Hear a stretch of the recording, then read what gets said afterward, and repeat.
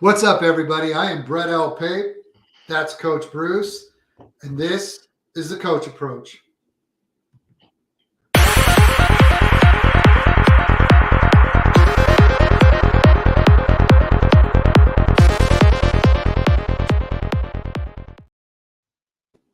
you doing, brother? Doing good, brother. Cheers to you, man. Cheers to you. Cheers Had to to rock the you. Cowboys gear tonight after a big win against those Sheagles. You know what I'm saying? Yeah, I hear you. I'm surprised that you don't wear it every week. I'm assuming you probably will from here on out. That was good to see. I almost wore my Dodger jersey. We may not have won the postseason in 2023, but we're starting off doing pretty well in the offseason. I'm pretty excited about getting good old Shohei. I know you've seen him play a lot. Seen him play a lot. Having season tickets with the Angels with your company, but he's someone we're all excited about.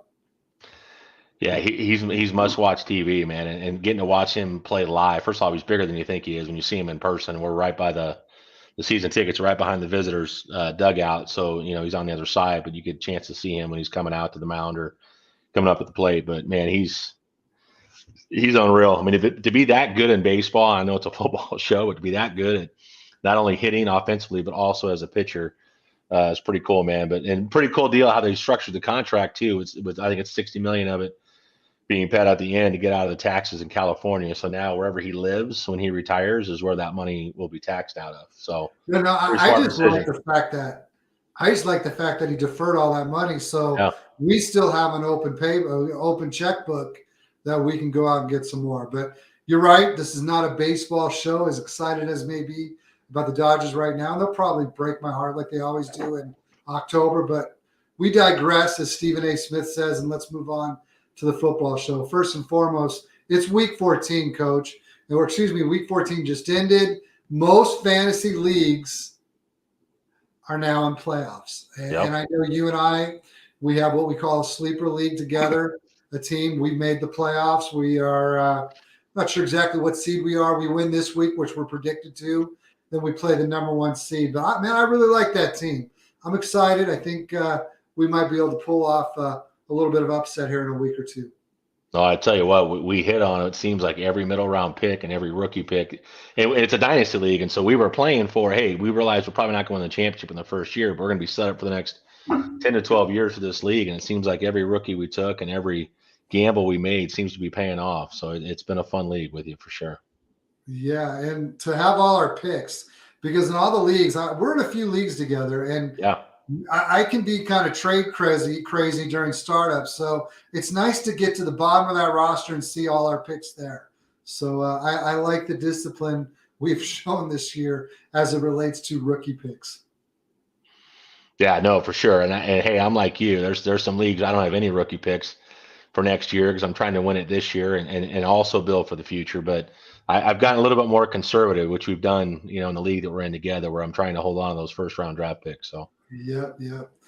All right. Hey, I see we got our first question. We're going to answer all our questions. Love it. Thank you so much for tuning in. Rams-oholic. I'll tell you what, I'm excited about the Rams. They're playing well right now, but we'll talk about that later. Even though they just lost in Baltimore, I think that's a team that really has a shot to sneak in there as a wild card team. But we're going to hit all these questions at the end.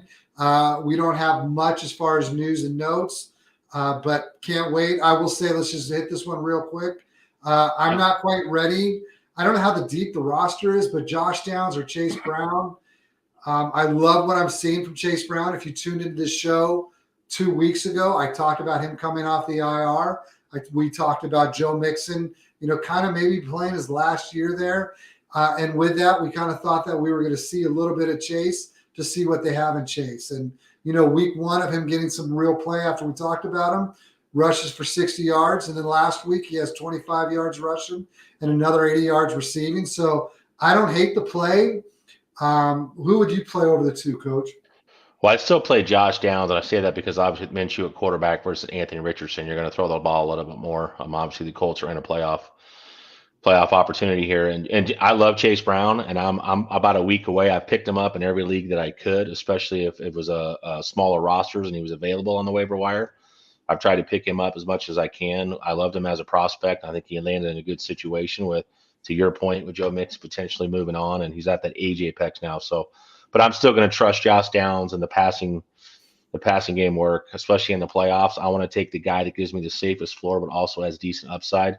Whereas if you play Chase Brown, you're really chasing that upside. So I would go with Josh Downs as a safe play there.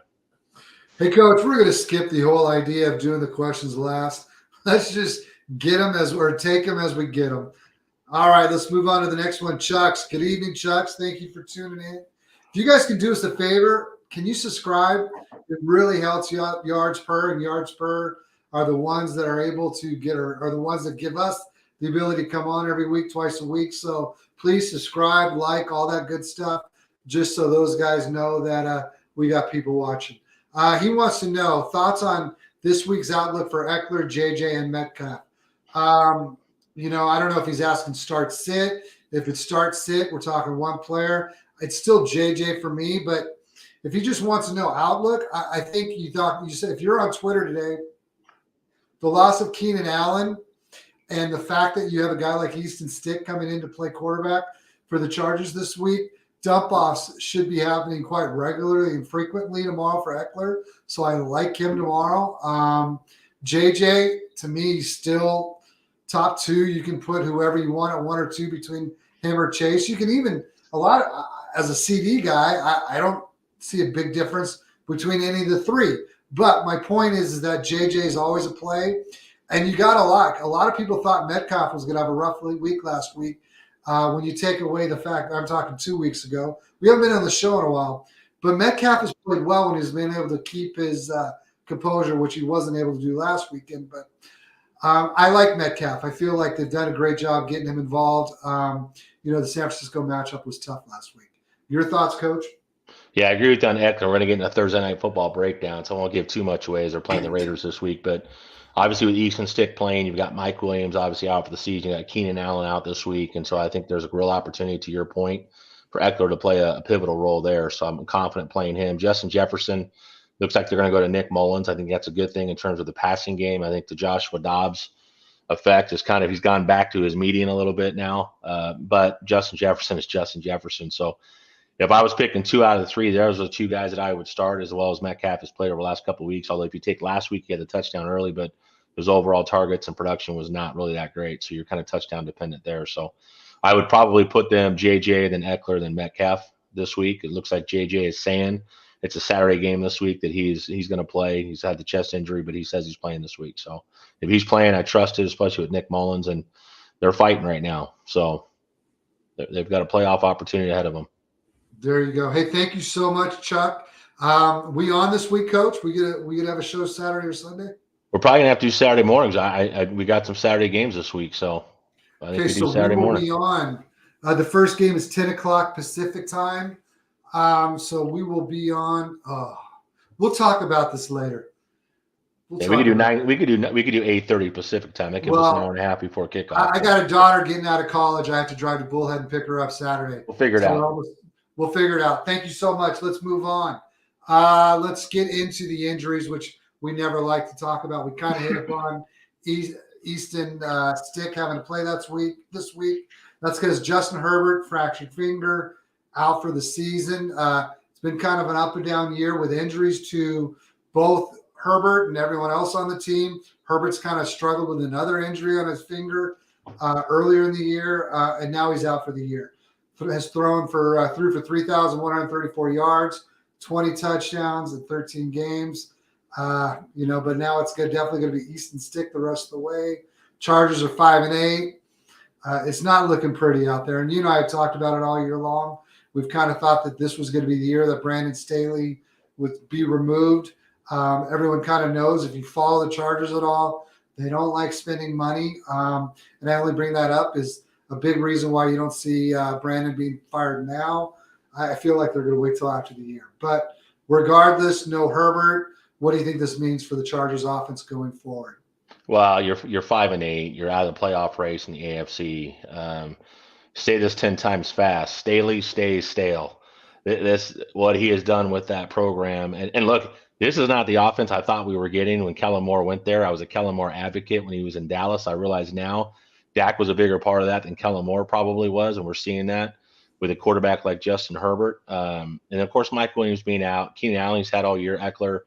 Man, it's just been a hodgepodge. When you look at the stats, I'll get in a little bit more about the Chargers, but it's a tough go for them right now. And this is just not what I was expecting. I really thought Justin Herbert was going to have a really monster year this year with Kellen Moore and the weapons they have in the receiver room, and it just hasn't panned out that way. So I think that and at this point, the way the offense was playing, even though they rank kind of middle of the pack, it's like Kellen Moore was a guy you were looking at maybe he's potentially a head coach down the road.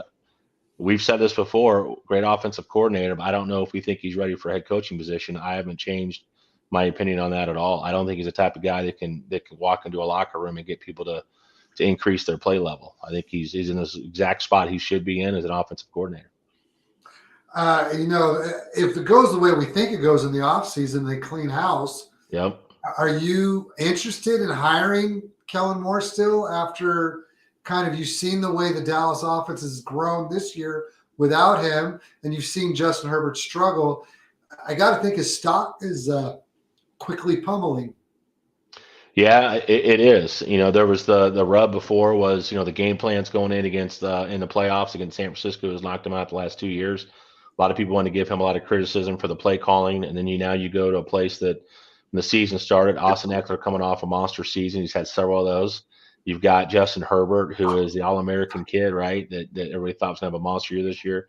You got Mike Williams. You got Josh Palmer. You drafted Quentin Johnson. You can go on and on and on.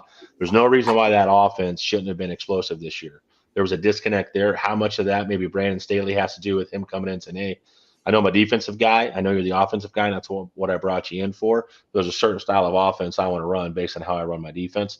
We don't know. We're not privy to those conversations. But, yeah, I think for me, Kellen Moore's stock has certainly dropped this year. All right, let's move on to our next injury. And this is one I certainly don't like, and I'm sure a lot of fantasy managers going into the playoffs don't like either. And that's the Texans' C.J. Stroud in concussion protocol. Did not participate today at practice. For me, this is your franchise quarterback. You struck gold when you were able to get him at pick 2. I'm sitting the kid. If I have any say in this decision, there's no need to play him. I realize you kind of are in a playoff hunt, but there is also no need to put him out there if he's not quite ready. Yeah, it's tough. So Houston's 7-6 and still very alive in the playoff race with 6 teams at 7-6. Denver, Pittsburgh, Cincinnati, Indianapolis, Houston, Buffalo. So I think that's the hard part as an organization. But I think if you talked about in the Houston Texans fans and NFL analysts, they would have told you they didn't expect Houston to be where they're at right now at 7-6 in the playoff race, that they were another year or two away with DeMeco Ryans. But he's changed that culture. You hit on C.J. Stroud, you hit on Tank Dell, you hit on Nico Collins, you hit on Dalton Schultz and bringing him in from Dallas. And so it's a tough situation because you are in the playoff race. You're very much alive in the playoff race. And so it's like, do you try to – but I'm like you. It's a concussion. Let's not take the gamble unless we know for a fact he's 100% okay. Let's give it another week. He'll be ready the week after that. Hopefully we get Nico Collins back. We'll talk about him a little bit. But I think you have to be cautious with him as well. He's your franchise guy. So I think we can just go ahead. You brought up Nico Collins and how we're going to talk about him here in a few minutes. So we're just going to push Nico Collins up. And this is another reason why. You saw it against New York, and I realize the Jets have a great defense, and I realize the weather wasn't great. But you saw early on that C.J. Stroud was struggling already without having Tank Dell out there. And whether or not it was more about the New York defense or not Dell, the reality of it is that now he's looking at a situation where Dell's still not going to be in this week. Nico Collins has a calf injury, limited practice today, could play this week, but it's kind of up in the air. And then you've got the other receiver, Noah Brown, also a limited participant today at practice. He's missed games earlier in the year because of a knee injury. It's kind of a rough week for injuries all around with the Texans. And if you don't have those guys in there, I kind of just makes me more apt to just say, hey, we'll be 7-7 maybe. Maybe we get lucky and pull out a win. But 7-7 after this week, there's still 3 to go. We still have a shot. So I don't know, but I certainly let that kid have a full 2 weeks off before he's got to worry about getting hit by another defender. Yeah, I agree with you. I still think he's offensive rookie of the year, C.J. Stroud. So nothing's going to change that by taking a week off. But for guys like that are in week one of the playoffs, it hurts. But for the overall, as a dynasty owner who has CJ Stroud, I'd much rather have him out this week and figure out what I'm going to do with the quarterback spot. All right, let's move on to another injury, and that's let's talk about the Miami Dolphins real quick. Devon Achane, toe injury, Tyreek Hill ankle. We all saw the play versus Tennessee the other day. Both did not participate today. Hill is listed as day-to-day. After he suffered the injury, he came back in, made a nice, great route run late in the game. But he wasn't in very much. He's we're going to talk about him a little bit when we get into our MVP talk. But, you got two things going for him. You got the fact that he's really wanting to make a push for 2,000 yards. Yep. And the Dolphins are trying to still be up there at the top of the AFC. So I get that they might be rushing him back, but he's another guy that probably needs a week off. And with Achane, toe injury, don't really know much about it. Just know that he wasn't a full participant. I wasn't a participant at all. Don't expect him to play at all this week. Your thoughts on both those guys? Yeah, I would just say I echo everything you just said. I mean, we're on the same page there. I think it's a tough deal for Miami, but I think you have to. And I've got Tyreek Hill in a lot of leagues. I had a money league that I'm in, the biggest money league that I'm in. I had the 1.06. I was hoping Tyreek Hill would fall. It's a full PPR format. He did. I grabbed him. Obviously, that's extremely, paid off extremely well. Now I've got a first round bye this week, so I'm not as concerned if I'm missing this week. So for me, from a fantasy perspective, I'm saying sit him this week, make sure he's good in 2 weeks. I'm good. But from an NFL perspective, Miami's trying to, compete for playoff seeding right now. And so you need him. And here's the funny part. Guy goes in the locker room, texts his wife and says, man, I'm not feeling it. Wife sends him a text back and basically calls him out and says, get your ass in the game, dog. And he's like, all right. So the fact he was able to play tells you how serious can it be if he was able to go back in and play. But at the same time, adrenaline. But yeah. Do you watch? I can't remember which one of the podcasts. We talk about it all the time. We listen to them all. But I was listening to one where he's not allowed to do that. And there's going to be some sort of investigation about him reaching out to his wife at halftime. Yeah. He's only able to do that if he has a doctor next to him. The doctor's saying, you can play, but that's a decision you got to make because it could lead to this or that. And then player then says, well, can I call my wife? That's the only way that you're allowed to do such a thing. But regardless, you're right. He went back out there. And if you watch that play in which he made that impressive big play towards the end of the game, he didn't look hurt. The guy, man, he's got a heart the size of Mount Rushmore as far as I'm concerned. He's not afraid of playing hurt. No, he's a baller, man. And it's not just the speed. Like the speed is so ridiculously impressive. It's the wiggle. It's how he runs his routes. It's how he can just snap routes off and he can put you in conflict as a defensive back. He's must-watch TV. And it's certainly from an entertainment perspective, it sucks. But I tell you what, if you got Jalen Waddle, that's the week to fire him up if he's out because you should be targeting him early and often this week. I agree on that one. Hey, let's get to our next question before we get into our next rounds. We got Royer. Royer, thank you so much for tuning in. We're starting 3 running backs. We got Mixon, Connor, Aaron Jones, Chandler, Pacheco, or Warren. Pacheco, I have no doubt that Pacheco will be back this week. I think he was a big missing part last week. So just looking at I like Mixon, I like Chandler, and I like Pacheco. What about you, Coach? Yeah, I think Chandler comes down to, if Alexander Madison is certainly out. I know he's next on the injury report to discuss. If he's out, then Ty Chandler becomes a play there. As of right now, I've got Ty Chandler down a little bit because I want to wait and see what the Alexander Madison news is. But so I would have it Mixon, and then I've got I do have Ty Chandler as 28. Now that obviously moves up quite a bit, and I've got Connor at 25. Does not have a great matchup against San Francisco, so I don't hate the Ty Chandler play if Madison's out. I think, and you're right. We were going to talk about Alexander Madison here in a few minutes. Pacheco, I could be wrong. Pacheco's kind of leaning more. I just looked him up on his practice report today. It wasn't good news. So with that being said, Mixon, Chandler, Warren, Connor hasn't looked very good lately. Aaron Jones, I'm scared of right now because he's not been healthy at all this year. So for me, if there is no Pacheco, it's Mixon, Chandler, Warren. Let's move on to our next injury. We said it was Madison. Madison suffered an ankle injury. It does not look good. He was not a participant. I should say he wasn't a participant whatsoever at practice today. Doesn't look like he's going to play. And so we already talked about that. That kind of makes Ty Chandler a nice person you can plug in if you've got him at the end of your bench. Yeah, I mean, he's the guy. I feel very confident in starting Ty Chandler, especially you got Nick Mullins in, and there's an opportunity there. He can be relevant in the passing game. He's also a guy that gives you some yardage in the run game. His stats are not overly impressive. At the same time, you get a chance to be the RB1. So there's certain guys that go in, like the RB1 gets hurt, and then the RB2 gets in and gets a chance to be the RB1. I think people automatically think, oh, handcuff, he's going to see the same volume as the guy that was the RB1. Rarely is that the case. But in this situation in Minnesota, he's that much better than the next guy, the RB3 or RB4 on that roster. Ty Chandler does squeeze into that RB1 type volume in terms of what Alexander Madison's been getting. So I feel confident starting Chandler. Okay, so we always do the script. You want the script early. I do the Wednesday scripts. You do the Sunday scripts.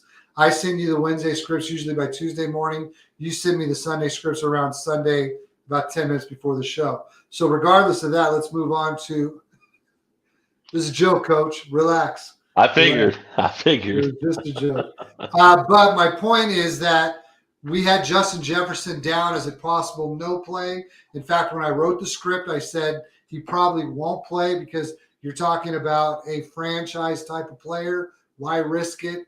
Leave him out. But he came out today and said he's a full participant. Yep. He's going to play, and he's looking forward to it. So he goes from a guy you think that you're not going to have in your first-round playoff game to a guy that you can play. So you got to be happy about that if you roster Justin Jefferson. Yeah, in that same league that I'm in, there's a guy that has basically leveraged his entire roster. And this is a redraft in the big money league, and it's not a dynasty league. And he started trading and used all of his fab, made some trades, and stacked his starting lineup, but had no depth. So as guys were going down and getting hurt, he had nobody on his bench. He's trying to manufacture trades and figure it out. He squeaked into the playoffs at 7-7, came down to last game of last week, and he's the guy he's playing in the first round has Justin Jefferson. And so the whole smack talk has been about hoping Justin Jefferson's out so he can have this run, because he knows if he gets a guy or two in his roster that end up getting hurt and they're out, he's screwed because he's got no bench whatsoever. So, but I hope Justin Jefferson plays, and I think there's an opportunity with Nick Mullins. I think Nick Mullins, a guy when he stepped in when he was in San Francisco, and he can put up some yards. I mean, he can sling a little bit. So I think if you're a Minnesota fan, this is what you're hoping for.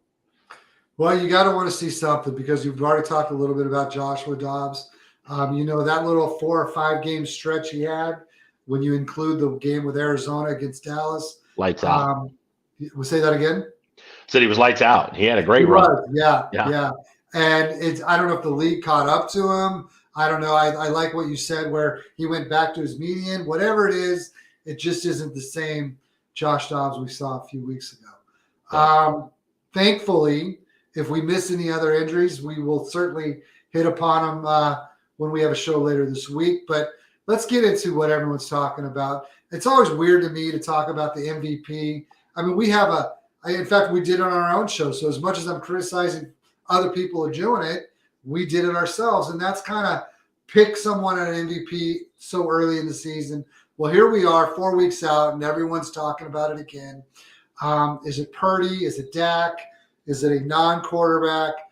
So why don't we just quickly get into it? Coach, the 2 quarterbacks that we're talking about are 2 quarterbacks that have been hammered for much of the season. One for being, I guess both of them being non-first or second round draft choices. When you look at Dak, he was a 3rd round pick. And then you look at Mr. Irrelevant and Brock Purdy out of Iowa State. Don't know if that's why people are afraid to, kind of give them the props they deserve. But I like them both, and I think these next 4 weeks are going to kind of really give us the full answer. But as we stand right now, why don't you just give me your top 5 guys if we had to look at the MVP race? Yeah, and this isn't really in any particular order, but you can make the argument for this order. But I think if you're really talking about the most valuable player right now, I think there's two guys for me, in Tyreek Hill and Dak Prescott, that should be the two guys that it's between right now. As much as I love Brock Purdy, had a chance to meet his mom at a wedding with a friend of ours and his sister, and phenomenal family. But if you look at that, the reason why Brock comes down a little bit to me is Christian McCaffrey's the best player on that team, right? As much as I love Brock Purdy, and I don't think he's a system quarterback. You want to fire me up? Let's get in that conversation. But to me, it's Tyreek Hill or Dak Prescott right now. Now, Dak Prescott has they beat Philadelphia by 20. We're going to get that a little bit later. Now he's got an opportunity to go to Buffalo and to Miami.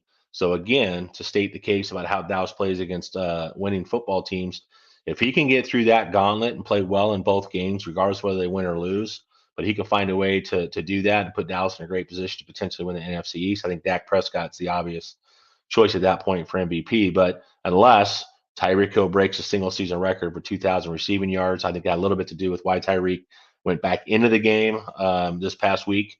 But those are the two guys for me that are there. But it's tough because Christian McCaffrey gets 2,000 yards from scrimmage and gets 20 plus touchdowns. Man, that's a tough one. But again, Dak Prescott for me is the number one choice. Tyreek Hill is number two. Christian McCaffrey's probably number three, and then I would put Brock Purdy and Lamar Jackson. I think Lamar Jackson's playing really well in Baltimore. They're 10-3. I think Patrick Mahomes and Jalen Hurts have moved out of the top five, and Jalen Hurts was my pick going into the season. He was my pick at the midway point, but watching how Philadelphia's offense has played in the last few weeks, it's been abysmal. Not an offensive touchdown against Dallas last week, and he struggled with 15 total turnovers now. So I think those two guys are out of the MVP voting in my book.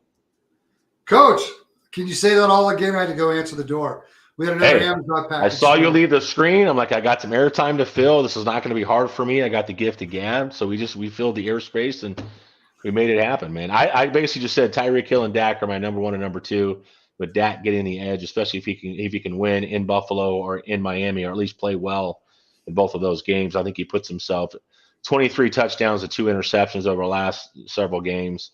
His QBR rating, his completion percentage, his depth of you name any metric you want, and it's Dak Prescott and Brock Purdy are pretty much 1 and 2 in almost every significant category. So I think when you look at what Dak's done this year, he certainly seems to be playing a heck of a lot more freer, and he's opening up the offense more. I shouldn't say opening up the offense. He's not afraid to just let it go. It's been pretty impressive, and everyone talked about it. Yeah, but with the stretch they've gone on since they lost to San Francisco. Yeah, but wait till when they play a team. It showed no different this last week, and so I have no problem with Dak getting it. Our good boss Alex says Dak has his vote. I'm surprised Alex has a vote, but I'm glad that he does because he certainly earned it. But regardless, my opinion is that again, I talked about it at the beginning. 4 weeks will really decide it. If Dak can continue, there's a lot of time left. We've already talked about the fact that when you look at the 3 teams that are sitting there at the top of the NFC, Dallas definitely has the toughest route the rest of the way. So with that being said, if they can go through it and Dak plays well, it's Dak's award for me. So I think the great thing for me, and I'm going to get on my soapbox here for about 30 seconds, but there's been a lot of heat that I've gotten on Twitter since the offseason. And yes, Brock Purdy played high school football out here at Perry High School. I coached high school football out here. I was close to that situation, that family. I followed him at Iowa State because I had a friend whose son, Joey Ramos, was an offensive lineman there, who was now just finished up his college career at Arizona State and now trying to get in the NFL. So I've been very close to that and that narrative. And I think it's the intangibles of Brock Purdy that have transferred into the NFL. And so it's a fun conversation to have. And I think there's some take lock with a lot of analysts that just got it wrong. Instead of saying, hey, I was wrong about Brock Purdy, and just accepting the fact that he's playing extremely well. But you get in the narrative of system quarterback. Every team's got a system. Every team's got a quarterback. Patrick Mahomes with Tyreek Hill and Travis Kelce is better. Yes, he won the MVP without Tyreek Hill, but let's go back and look at that season. If you talk about Brock Purdy now, yes, you take any good offensive player. It's like we don't go back and talk about Tom Brady when he had Randy Moss for a couple of years, or he had Gronkowski, or he had Julian Edelman, or he had Danny Amendola, or he had you don't go back Wes and minimize Welker. those guys. Wes Welker. We don't go back and minimize those guys because of what they had done to that point in their career. Brock Purdy's in his first 18 games now. He's 15-3 as a starter in the regular season. The only playoffs he played in, he went to the NFC Championship game. Had he not gotten hurt in the first quarter, we don't know how that game plays out. I still think Philadelphia wins that last year, in fairness to Philadelphia fans. But I think there's a lot of heat with quarterbacks, a lot of conversation about system quarterbacks. Patrick Mahomes is a system quarterback in Andy Reid's system. Tua Tagovailoa is a system quarterback. But when people say system, they look at it as a negative. And I'm saying they're all system quarterbacks of the system that they're in. So it's such a lazy argument. Give me the numbers, give me the metrics, compare them against everybody else in the league. Where do they rank? Those guys rank number 1 and number 2. I took a lot of heat about those guys. I've been convicted in staying with those guys, and now they're number 1 and number 2 in the Vegas odds for MVP voting. So I'm going to get off my soapbox. There you go. If I could pat you on the back, I would. But and I was doing that right here because all season long I've been talking about what Green Bay quarterback.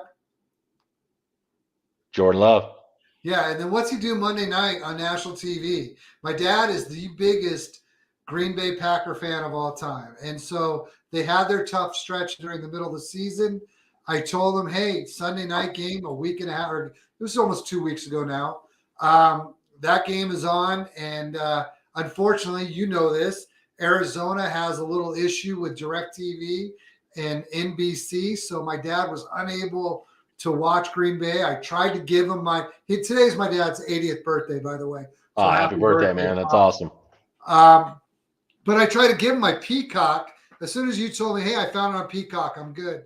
So I give him my Peacock password and all that stuff. And he goes, shit, I'm not going to figure out how to do all that. Can we just say that it sounds weird when you say I gave him my Peacock? Can we just Alex, can you splice this and put this on Twitter? Because I feel like anytime I'm on Twitter and you say I gave somebody my Peacock, we got to acknowledge that. I gave him my Peacock password. And, a T-shirt, then hey, that's your deal, man. That's between you and your deal, man. Regardless, he refused to try and figure out how to log in. So he comes back this week and he goes, yes, I can't wait to see if you're right about Jordan Love. And then Jordan Love does what he did against good old New York Giants. So, but you focus on the Peacock part there, Coach. Hey, I'm becoming a Jordan Love guy. You were higher on him than I was coming out of Utah State. I did like him as a prospect, but obviously you have to sit a few years behind Aaron Rodgers. But Green Bay continues to get it right. Looks like they've got their franchise quarterback. I'm more impressed with him than I was coming into the season. So happy for you as a Green Bay Packer fan, and certainly happy for Jordan Love. And I think they've hit on Jaden Reed. I think Christian Watson, if he can stay healthy, and they've got some pieces there as a tight end position as well, that I think that's going to be an exciting offense for years to come. They just need to, during the offseason, maybe to pick up a running back in the free agency. I know the running back class in 24 isn't great, but, take a dart throw on somebody and see what they can find. But, hey, let's go ahead and get into our week. And Alex, we talked about Jaden Reed. You talked about Jaden Reed. Yep. Alex is certainly a Jaden Reed guy. And, he finds ways to – We love us some Jaden Reed. He finds ways to do things for that offense every week. Yeah. He might be their best running back right now. Let's go ahead and get on to our Week 14 recap. We talked a little bit about Dak and such. Let's go right into, the Cowboys. They had to get a big win. They finally got the big win.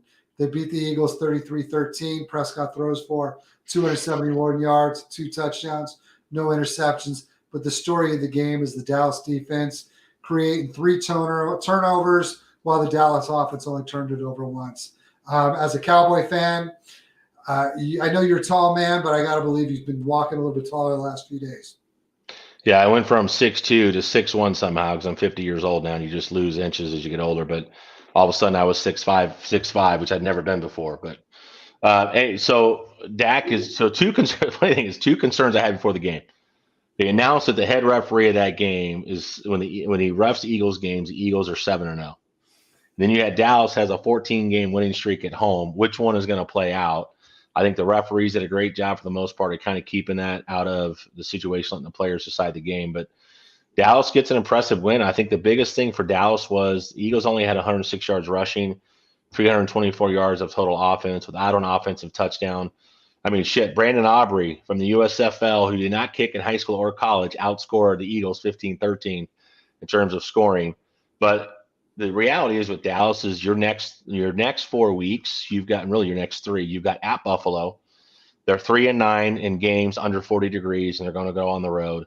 They're at Miami, which is an offense that obviously can be extremely explosive.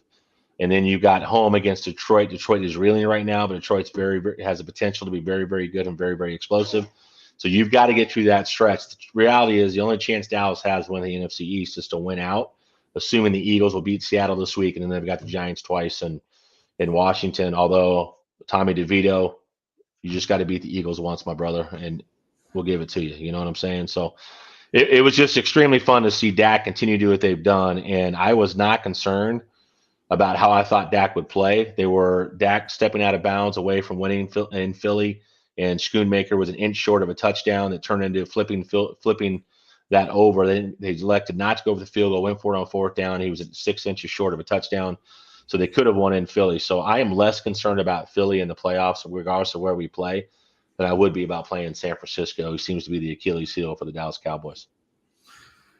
I'll tell you what was most impressive to me is that there was never a time in that game where I thought Philadelphia was going to win, which is pretty remarkable considering, 2 weeks ago, 3 weeks ago, Philadelphia, I mean, they were what everyone was talking about. So just to be able to be in a type of game of that magnitude and have very low stress as a coach, after that scoop and score by the Philadelphia defense, after that, there wasn't much that you ever had to worry about. Yeah, and even then, Dallas had kind of taken control of the game, and he scores. But at the same time, we're still up. We're going to get the ball back. Offense is moving the football. We were 9 of 16 on 3rd down, so we were converting there. And it was funny. I was watching the game with a buddy of mine who was at the house, and we're sitting there and we're watching the game, and I'm watching how the Eagles D line is lining up. And it was 4th and 2. And I said I would not be surprised if Dak Prescott takes a direct snap and runs to the right side of Tyler Biotish. And sure as shit, what do? They were giving it to him all game long. So not a tush push, but man, you get a 4th and or not 4th and 2, it was 3rd and 2, but you get in a 3rd and 2, a yard and a half.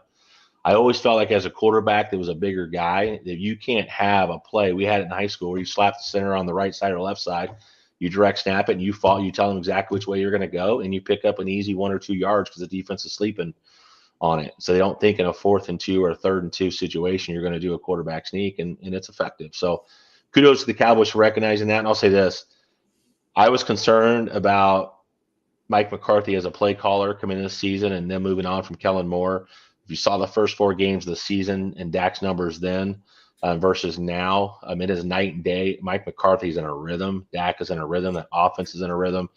He's got a better than 11-to-1 touchdown to interception ratio after coming off leading the league in interceptions at 15 last year. He's completely changed. And the funny thing is, he's only had 1 season in his career where he's had, interceptions like that. He's top 10 all time in interception rate in his career. So this is really him getting back to the median. Now it's even better than that, but he said before the year, I'm not going to have 10 interceptions. With 4 games to go, he's got 6. So we'll see how that plays out. He's got some tough matchups coming up.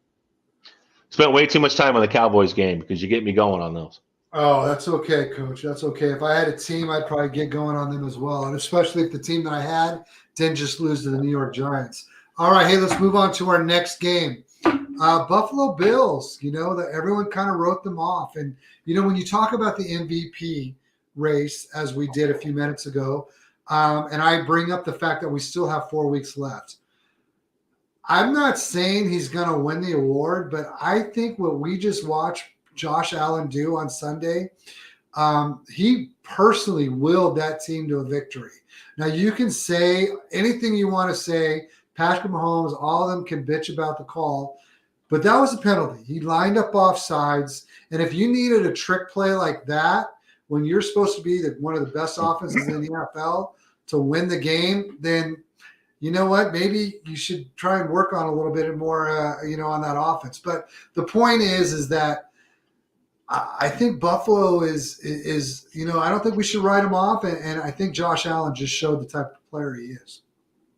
Hey, you're not going to get any arguments from me. I think if the Buffalo Bills were 10-3 right now, he's probably ahead of Dak Prescott in MVP voting because of what he can do with his legs. I think what hurts Jalen Hurts is so much of what he's doing with his legs. Now he's got the knee injury. And I think that works Tush against push. him as far as the wiggle goes. But the tush push, I think he's got 8 touchdowns off of that. He's only averaging 3.6 yards per carry.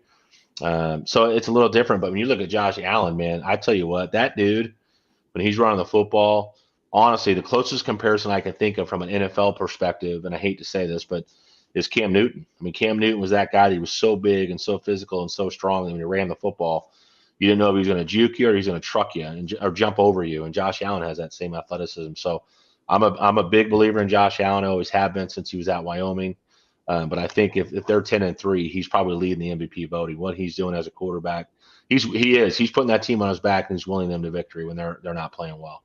And as far as the call, I just real quick, I feel like it's been all over Twitter and everybody's talking about the call. It's like, hey, that's not a call you make in that moment. But when you're that egregious and that far over the line, it's like, and there's a video clip of him checking with the referee really quick because that was the first thing I think people said is, hey, how do you? He's not even looking. He just pointed at him. I was just going to say he looked at the ref and pointed at him, but he didn't even wait. Former wide receiver coaches.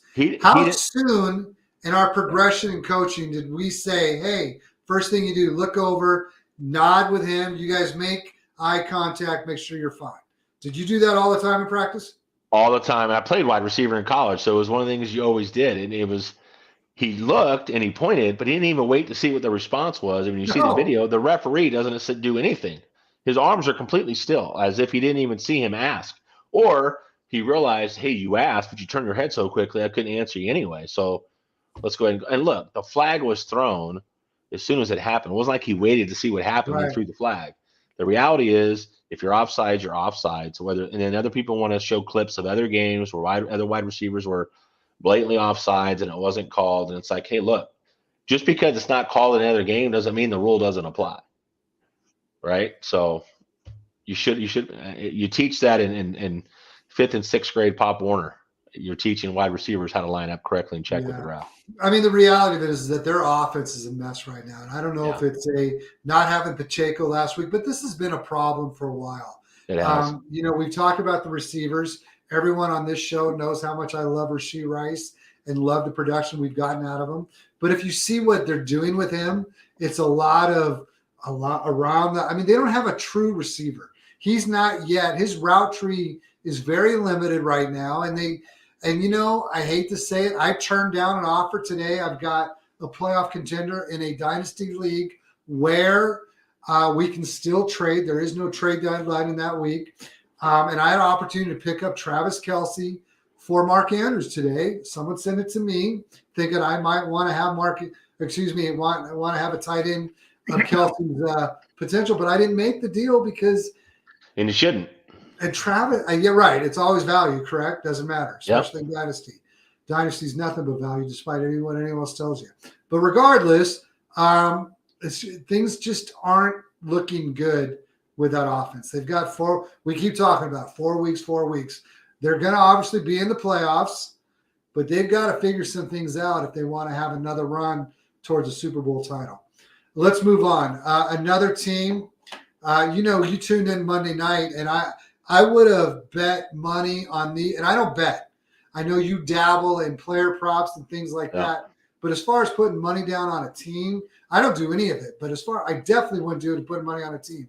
If I would have bet those 2 teams Monday night, them being Miami and Green Bay coming out with a victory. Instead, we got the Titans upsetting the Dolphins 28-27. And I'll tell you, for 3.5 quarters, Will Levis didn't really show me much. But that last, 6 to 8 minute stretch in the fourth quarter, after he had his last turnover, he played lights out. He led that team to a victory. That was neat to see. Here's what's crazy. If you look at the total yards, if you had told me before the game, one team's going to have 403 total yards, the other one's going to have 366. One of those teams is going to have 320 yards passing, the other one's going to have 208. And one of those teams I would have told you that Miami's going to be at the top of both of those, and it wasn't. It was Tennessee. Miami ran the ball really well, 158 yards, and Devon Achane just is a whole different deal. And Mostert, that 1-2 combo, to me personally, is the best in the NFL right now. But Tennessee was 5.9 yards per play versus 5.3 for Miami. neither team was very good on third down, and they both ran about 70 total plays. But the difference in the game was 5 sacks for Miami, 1 for Tennessee. So you can look at that and go, man, you look at it, it just was not the way you would have seen that play out. But kudos to Will Levis for hanging in there. DeAndre Hopkins had a great game. Derrick Henry struggled in terms of yards per carry, but did find the end zone twice. So Mike Vrabel is almost like, to me, is like the a version of Mike Tomlin. Like, it doesn't matter what the team is and what the roster is. The guy just finds ways to win and be competitive. No matter who the quarterback is, they win ball games. And they're always good defensively. It's tough as nails. Yeah, they're 5-8. This team should not be 5-8. As soon as they made the change to Will Levis, and obviously Derrick Henry hasn't had the year that we thought he would have, and Treylon Burks hasn't been the guy we thought he would be. Nothing. We've got nothing from Burks. There's just you just look at that and go, Mike Vrabel, man, love the guy as a coach, man. If you can really put some real talent around him, especially on the offensive side of the football, I think there's a lot of things that Mike Tomlin, I don't even want to call him Mike Tomlin. There's a lot of things that Vrabel could accomplish over there in Tennessee. All right. Hey, before we get into our last game, let's talk about Chuck's here. He's got Deontay, Downs, or Adams this week. In this order for me. Now, the problem is you've got Adams and Deontay who are both kind of with injuries right now. I know we didn't talk about them in the show or during the injury portion, but both of them were limited today. But if they both play, it's in the order of Adams, Deontay, Downs for me. If they don't play, if Deontay doesn't play, obviously it's Adams. If Adams doesn't play, it's Deontay. If neither of them play, it's Downs for me. So the order would be Adams, Deontay, Downs. What about you, Coach? You're 100% correct. Exactly. I've got him in the rankings. I've got Devontae quite a bit higher than I've got the other two if he plays. Aiden O'Connell, I think it's 2 out of the last 3 games over in 250 yards passing. The target share is there for Devontae Adams. So I'm going to trust talent over situation in certain instances, and I think this is one of those deals I've got an exact same order you do. Coach, you're going to have to take this one. I got another person at the door, and unfortunately, I'm the only one here. And Blake wants you to respond anyways. So it's probably got Blake's question. Yeah, I'm sure it's probably Amazon. I know you like to order those little trinkets you like. So Blake Nelson, Coach Bruce, who am I starting this week? Jared Goff versus Denver or Jake Browning versus Minnesota? So obviously Minnesota was on a big barn burner this week, 3-0, and the Raiders they pulled it out. They're obviously switching over to Nick Mullins on the offensive side of the ball. Defensively, I've got some concerns with Minnesota. I like what Jake Browning's doing. You've got Mixon, you've got Chase Brown, you've got obviously Jamar Chase, and I think Tanner Hudson's played well at the tight end position. So I'm probably in that situation. Denver's playing extremely well. Sean Payton's got that defense, got that team dialed in. It took a little bit longer than we would have liked, but they've come a long way from giving up 700 total yards to Miami. So I don't like Jared Goff, who also has not played well recently. I will take Jake Browning, as crazy as that sound, versus Minnesota this week. So great question, Blake. Appreciate it, man. Hope you're doing well, brother. Blake had Burrow, and he went down. Yeah, I've got Jake Burrow in a 3,300 team tournament, and when he went down, I also lost to Deshaun Watson in that tournament. It's super flex, so typically want to start 2 quarterbacks. So those guys going down certainly cost me as well. Didn't make the playoffs by 2 points. So great question, Blake. Appreciate it. Golf or believe it or not, I went Jake Browning. I went Jake Browning because I like where they're at offensively. I like what he has shown offensively. We know he's a big producer at Washington, and in college, he's finally getting an opportunity, I think, in a good offensive system versus Jared Goff, who has struggled lately. And Minnesota, yes, it was the Raiders, but coming off a 3-0 game, I just, as crazy as it sounds, I trust Jake Browning over Jared Goff this year in terms of a fantasy perspective. I got it the other way, but that's okay. Since Blake asked you, I'll forget that I just said that. We've got another one for you. We've got Raiders defense versus Chargers or Cowboys. Well, if I hear Cowboys, I'm picking Cowboys no matter what. We always talk talent over anything else. When you talk about the talent that's on the defense side of Cowboys, I realize they're playing Buffalo, but I still like the Cowboys. Josh Allen turns the ball over, so it goes right into, if he doesn't protect the football, there's an opportunity there for Dallas again to get defensive touchdowns. Yeah, I would definitely go. I'm going Dallas in any situation. I don't care who they're playing. I'll ride that defense all day long because their upside is 30 points as a team defense. So you got one guy on that team who's got 5 pick sixes, don't you? We do. We do. We've got a punt return for a touchdown. We got a block punt for a touchdown. There's opportunities to score there for sure. Chucks, man, we feel it. We know the pain. If you're in as many leagues as Coach Bruce and I are, you're going to have a lot of leagues or a lot of teams just like this one. He's lost Herbert and Burrow, missed the playoffs on the regular season game. FML. Yeah, I said FML a lot this weekend as well, Coach. I said it way more times than I would like to, and I'm not a guy that's shy about dropping F-bombs, but I certainly dropped a lot of them. All right, hey, let's get into our last game that we want to recap from Week 14. Bears. They've got such a weird situation. They're currently 5-8, but they've got pretty much the number one pick, unless Carolina does something crazy over the next few weeks. They got the number one pick kind of sealed. And yet, here they are out there winning games with their quarterback playing much better. Justin Fields leads the Bears to a 28-13 win over the Lions. Hey, look, I have not been as outspoken about Justin Fields as I have been about Purdy and Dak, just to put that in perspective. But I've always loved the talent. You came out of a Ryan Day offense at Ohio State that runs a pro-style offense. I felt like the fit, his arm strength and his ability as a runner would translate to the NFL. I think his ability to develop was slowed down because of Matt Nagy, as much as I hate to say that. But I think Justin Fields is a guy that I still believe can be a franchise quarterback in the NFL. So here's the question for me. So if you're the Bears and you get the number one pick because of where Carolina is at, and there's two sides of looking at that, right? And this is a whole nother debate, but do you trade the number one? Do you take a quarterback at number one because you get him on a rookie contract with Caleb Williams and move on from Justin Fields and make that trade to get draft capital and bring in a Caleb Williams? Or you say, hey, if I believe enough in Justin Fields and what he can do, we saw what he did in the last 8 games of last season, what he's done this season when he's right and he's healthy, what he's done with DJ Moore in games they played together. DJ Moore has been electric. Or do you say, hey, I can take that number one pick and I can add a Marvin Harrison Jr. to a DJ Moore, and I can build this franchise around Justin Fields? What do you do? Well, if I believe in Justin Fields as the Chicago, organization, if I believe in him, I'm going to trade the number one pick. I don't think I'm taking Marvin Harrison at 1. I think I'm going to do something very similar to what they did last year and continue to build draft capital. If I can make the move, and I've got a team like, we've got Alex hoping that they don't take quarterback, but if I can make a move with New England at 1 and just move back one spot and I'm able to coop something, then that's the route that I'm going to go. But here's the deal. I agree with you. If you can trade out at 1, because whoever goes up to 1 is trying to get Caleb Williams. So if you're the Bears, you absolutely can trade back and still get your guy and get draft capital. I'm with you 100%. Love it. That's the route that I would go. But I don't know if, as much as, you saw Caleb Williams, first and foremost, their team struggled.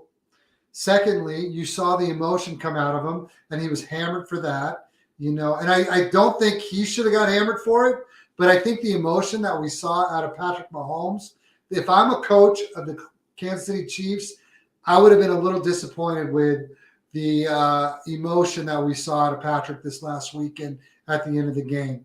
But my point in bringing that up is that Caleb Williams is a guy that people are talking about being such an incredible prospect. And if you believe in that, if your talent, I guess, scout or whoever you want to call him says that's who he is, then you almost got to take him, because now you're getting a guy, you're resetting your clock. You've got another 4 to 5, or you got him on a contract for 5 years at least.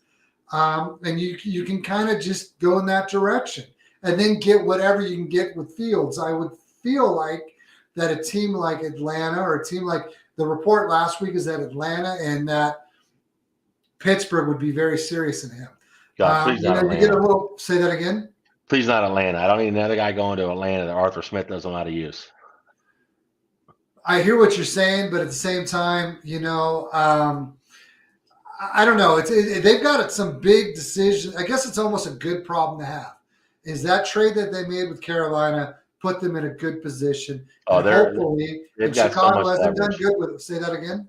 They've got so much leverage right now. It's a They great do. position for Chicago to be in. There's so And many you ways got you 4 can more turn games that. to look at, Justin. Yeah. I Yeah. mean, they Well, just look at how beat. many quarterbacks have gone down this year, and look at who you have starting in Week 15 and across the NFL at the quarterback position.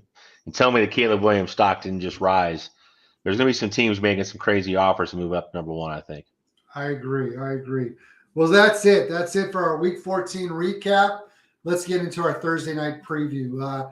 For a show that we both said wasn't going to be very long. In fact, we said, hey, we'll just open it up at the end of the night and take as many questions as possible. Here we are. We're almost an hour into it, and we haven't even gotten to the Thursday night game. All right, let's get into the Thursday night game. We've got Los Angeles Chargers 5-8 versus the Las Vegas Raiders in Las Vegas, also 5-8. Who wins? I know their offense just put up 0 points, but I like the Raiders this week. I got the Raiders winning 24-12. Who do you got, Coach?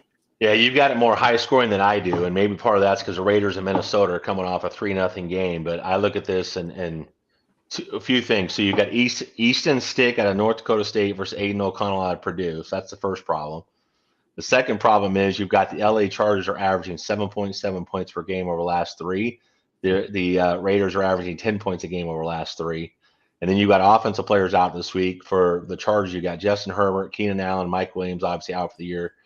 Then for the Raiders, you potentially could have Josh Jacobs and Devontae Adams both out this week. It looks like Jacobs is probably going to be out. Adams is probably is up in the air. But, man, what a gross game. So I've got Raiders 17, Chargers 10. That's 27 points, which the over-under is 33.5. I think it's a slam dunk for the under based on all the guys that are out and who's playing the quarterback position. Hey, let me ask ugly. you this. Last Thursday's game, would you have taken the over or the under? Remind me who last Thursday's game was. I don't remember. Yeah, I'm having a brain fart right now. But I know that it was 2 teams that were not very good. I could tell you. And they gave us like a 40-36 game. Help me out here, Coach. I'm looking it up right now. I got you. So Thursday night, Patriots and Steelers, 39 total points. So I'm taking the over this week. I don't know. I just kind of feel like I don't know. But go ahead. I apologize for breaking into your. That's also the Bailey Zappi effect. I called it last year when Mac Jones went out. You and I had debate. I felt Bailey Zappi was the better fit. You went Mac Jones. I get it based on draft capital coming out of Alabama, blah, blah, blah. So we'll see. But in this game, so we kind of went through some of the injuries, but for the Chargers, this is what's crazy. Over the season, the Chargers 16th in scoring at 21.7 points per game. They're 20, and Blake Nelson's a Charger fan, if I remember correctly. 26th in rushing yards at 96 yards a game, and then 10th in passing at 238.3 yards per game. This is season long. Let's get into the last 3 weeks, which I like to look at both because I like to see what have they done over the season, but who are they right now? And they are at 32nd in scoring over the last 3 at 7.7. This is against Denver, New England, and Baltimore, all good defenses, so I get it. They are 31st in rushing yards at only 63.7 yards a game and 20th in passing yards at 204 yards per game. So you look at that and you look at the Raiders on the other side of the last 3 games, because that's really, to me, what's critical. They're only giving up 18 points a game. They're 11th in rushing yards allowed at only 100 yards a game, and they're 22nd in passing. So the way to attack this defense against the Raiders is by throwing the football, but you've got Easton Stick at quarterback, right? So we're going to see how that plays out. But when you look at the quarterback room, Raiders are 26th in fantasy points per game allowed and passing yards allowed to quarterbacks. They've given up 25 touchdowns. They've only converted 6 interceptions this year, so the defense has struggled to get turnovers. So, but Easton Stick making in his first NFL action last week, 13 of 24, 178 yards, no touchdowns on a 24-7 loss to Denver. I'm not starting Easton Stick. I'm staying as far away from that as I can. Running back room, Raiders are 28th in fantasy points per game allowed at the running back position, 22nd rushing yards, and 29th in receptions allowed at the running back position. They've given up 20 total touchdowns, 15 on the ground, 5 through the air. So I love Austin Eckler. He's a guy that's getting you 20-plus touchdowns a season. Before he scored his first touchdown in 4 games last week, 6 total on the season, which is way down for him. But he does have 7 games with 5 or more targets. Austin Eckler is the only guy for the Chargers I am 100% confident I'm starting this week, because he is the RB6 in terms of my rankings this week because of what the Raiders are giving up to that position. You get in the wide receiver room, now it's a whole different deal. We already talked about Mike Williams being out for the year. Now you've got Keenan Allen being out. So Quentin Johnson's wide receiver 59. Over the last 2 games, he's got 8 grabs, 143 yards. It's not bad. Over 50 yards, including 91 last week on just 3 grabs. So I'm not touching anybody in the Chargers wide receiver room. That doesn't mean they can't pop, but I'm just not touching it. In the tight end room, Vegas is 21st in fantasy points per game in the tight end position. They've given up 7 touchdowns to that position, but right now Gerald Everett is battling a hip injury. Looks like he's going to play. He's got a 24% target per route run over the last 2 games, 17% target share, but gets Easton Stick. So, again, I'm treading lightly because it's Easton Stick starting. I think, if anything, it's going to be Austin Eckler that's the guy that reaps the benefits of that. On the other side of the ball with the Raiders, you've got – Zamir White. What's that? We get Zamir White. We do. So Raiders are 28th in scoring at 15.5 points per game, which is terrible. 32nd in rushing yards at 80.6. 22nd in passing yards, 197. That is season long. Over the last 3 games, 30th in scoring, so nothing's really changed. They're 29th in rushing, 18th in passing. They played Minnesota, Kansas City, and Miami. So, again, not much has changed. If you look at the defense of the Chargers, over the last 3 games, they're only giving up 14.7 points, so they're 4th defensively in terms of points allowed. They are giving a lot on the ground, 150 yards on the ground, so that's good for Zamir White. And they are 4th in passing. So, again, it's not in the passing game to attack them. It's going to be in the run game. So we'll get to that. So, quarterback room, I've got Aiden O'Connell, 2-4 record, 64% completion rate, 4 touchdowns and 7 interceptions on the season. He is 2 consecutive games in a row over 65% completion rate. Don't trust Aiden O'Connell this week, so I'm not going to start him at QB 27. You got to have better options, I hope. In the running back room, if Josh Jacobs is playing, again, quad injury, likely out this week, did not practice Tuesday. Now, that was a walkthrough. Didn't practice again today, so he's likely going to be out this week. That means, yes, we get Zamir White. Early down work, but on the season, just 20 carries for 54 yards, has not found the end zone yet, 6 grabs for 38. So I don't love it, but we talked about Zamir White coming out. We did like his potential as a draft prospect. We didn't love his landing spot with Josh Jacobs, but if they move on from Josh, and that contract could be an opportunity for him there. This is his chance. This is your chance to prove it. Again, it's playoffs. I'm not starting him. Amir Abdullah, I think, is going to be your passing game, 3rd down, 2-minute work. He'll be involved there. Has not had a season with more than 55 carries since 2017. Does have 158. Who are you talking about? You're talking about Amir Abdullah. Sorry, yeah. Amir, yes. Yeah. He does have 158 grabs for over 1,200, almost 1,200 yards over his 9-year career. He is a receiving back, but he's going to get some opportunities at the running back position in the run game because Amir White's not going to play every snap, in the run game. So there is an opportunity there for Amir Abdullah. But again, I'm not trusting either one of those guys. So I'm pretty much, to be honest with you, I'm out on. There's 2 guys that I would play for the Chargers. I would play Austin Eckler, and for the Raiders, if Devontae Adams goes, that's the one guy that I'm comfortable with. He does have an illness. If he is out for whatever reason, although I think he's going to play, then obviously Jacoby Myers bounces up. That would put him in an opportunity where I'd be comfortable playing Jacoby Myers. Aiden O'Connell, if Devontae Adams is out, talking about the wide receiver room. I'm out on Hunter Renfrow, even if Devontae Adams is out. He has not scored all season, just 255 yards on 25 grabs in 13 games. And I certainly don't trust Trey Tucker and DeAndre Carter. As far as the tight end room, Chargers are 11th in fantasy points per game with tight ends, 21st in receiving yards, but 4th in receptions allowed. They just do not give up grabs to tight end position, only 5 touchdowns all year to that position. So I'm out on Michael Mayer. As much as I love him as a prospect, I think he's going to be a good tight end and have a good NFL career. He's only got 1 game this year with 5 grabs and over 50 yards. That was back in October against New England. So I'm out on Michael Mayer. There you go. Thank you so much for breaking down that game. Let's just hope that we get more than 3 points tomorrow.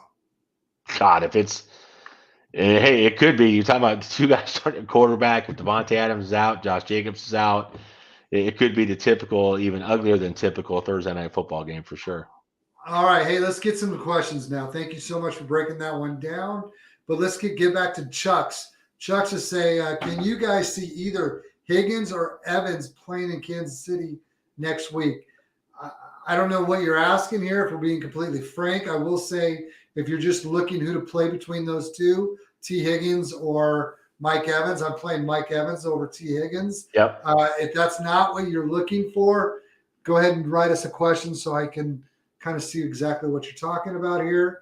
And then Blake wants to know. I think Should I he's saying, do consider? you like T. Higgins or do you like Evans, even though he's playing Kansas City next week? I think is Got the you. way he It's was Evans, asking that. anyways. It's Don't still you Evans for agree? me. Yeah. Evans. I mean, you talk about a guy. What a career that guy's had. I can't believe. I mean, he's seriously in Hall of Fame consideration when he retires. This guy just does it year in and year out. And Baker Mayfield has been much better than what I thought he was going to be this year. Yeah, no, hey, I'm with you 100%. I like this Blake follow-up question. Did you highlight that one already? I will. I think it's up there right now. He wants to know instead of Goff or who is the other quarterback? Goff or Browning? Jake Browning. Would we have Flacco? I'm still leaning either block.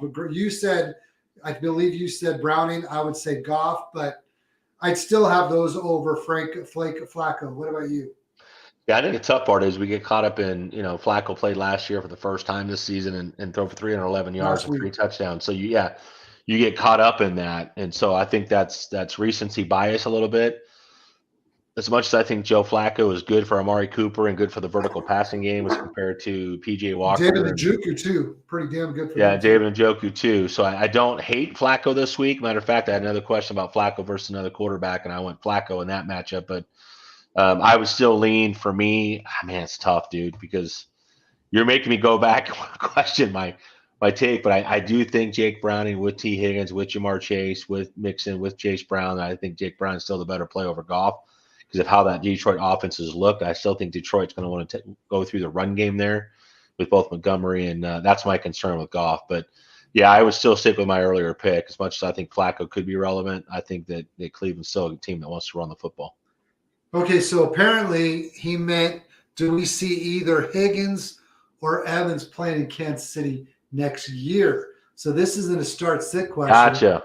This is for the betterment of the Kansas City offense. You got T. Higgins possibly leaving as a free agent. Mike Evans, same boat. Do you see either one of those guys going there next year? My first concern is the money, because Kansas City has obviously invested a heck of a lot of money on places like Chris Jones, on places like obviously Patrick Mahomes and the tight ends. So Kelce and I think they would much rather hope that they hit on a guy like a Rashee Rice or get other guys to start developing. They've proven over the last couple of years, since they drafted Tyreek Hill, have they drafted a good receiver? Maybe Rashee Rice. He's looked good at times this year. I love him. I played him last week. But again, when you talk about full route tree, I haven't seen it from him. Or do you give up on trying to pick a guy in the draft and pick up a Higgins or Evans? I think it depends on, again, where you fall in the draft. And of course, I do a lot of time in the offseason breaking down prospects. I do it for about 320 prospects. I go through every position. But I think it's a little bit too early to understand, who's going to be available when they pick. But I will say this. If I'm looking for a wide receiver to add, I'm looking for a guy that Patrick Mahomes has not had to this point in his career, which is a 50-50 guy that has some verticality like a Mike Evans.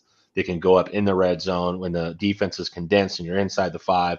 Who's that guy I can throw that short fade to, or that guy that can muscle somebody on a slant route? I think if you add that to Patrick Mahomes, Travis Kelce, you're seeing it this year. The decline, unfortunately, is finally starting to happen. Noah Gray, I think, can be serviceable as Travis Kelce's replacement. Not that I think Kelce's retiring anytime soon, but I do think, to answer your question, I think if you really want Kansas City's offense to really, truly pop, give me that guy that can be that goal line guy and that touchdown scorer at the wide receiver position that's not just based off of speed like Tyreek Hill was, but the guy that can be a 50-50 guy, go get it. MVS isn't that guy. And so you want Evans. I do want Evans. Of those two, I want the Evans. opposite. I want Higgins. I want the young guy. People talk about. Well, I'm saying because I don't think Higgins goes to Kansas City, but I agree with you, and I think because of the contracts. But yeah, if you're just comparing age, Higgins is a guy that certainly you want to go with the Kansas City for sure. I think Higgins would cost you more too. Oh, he would, because he's got 10 years left, and I loved him as a prospect. But if you're asking me, I just don't think Higgins goes to Kansas City, but I could be wrong. Well, if that's all the questions, that's the show. If you guys, the guys that tune in, thank you so much. We truly appreciate you. I know that makes the show a heck of a lot better when we get to interact with you guys. Again, if you could, just hit the like button, hit the subscribe button. I know Yards Per, they put a lot of work in it. We appreciate everything they do, and it just helps. So we'd really appreciate it. Coach, we'll figure out when we're on this week. It may have to be Friday night.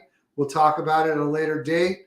The rest of you, we will be available at some point to talk start and sit on those Saturday, Sunday, and Monday games. Thank you so much for tuning in. Coach, it's good to see you. It's been a few weeks. Can't wait till we get to do it again. Yeah, we'll talk to you soon. I appreciate everybody that jumped in. And again, let us know on Twitter how it turned out. Hopefully we get your start and sit questions correct. Obviously, we'll have updated information on the weekend podcast before this weekend's game. So we'll update injury reports and that stuff. So appreciate you. All right, everyone. Have a great night.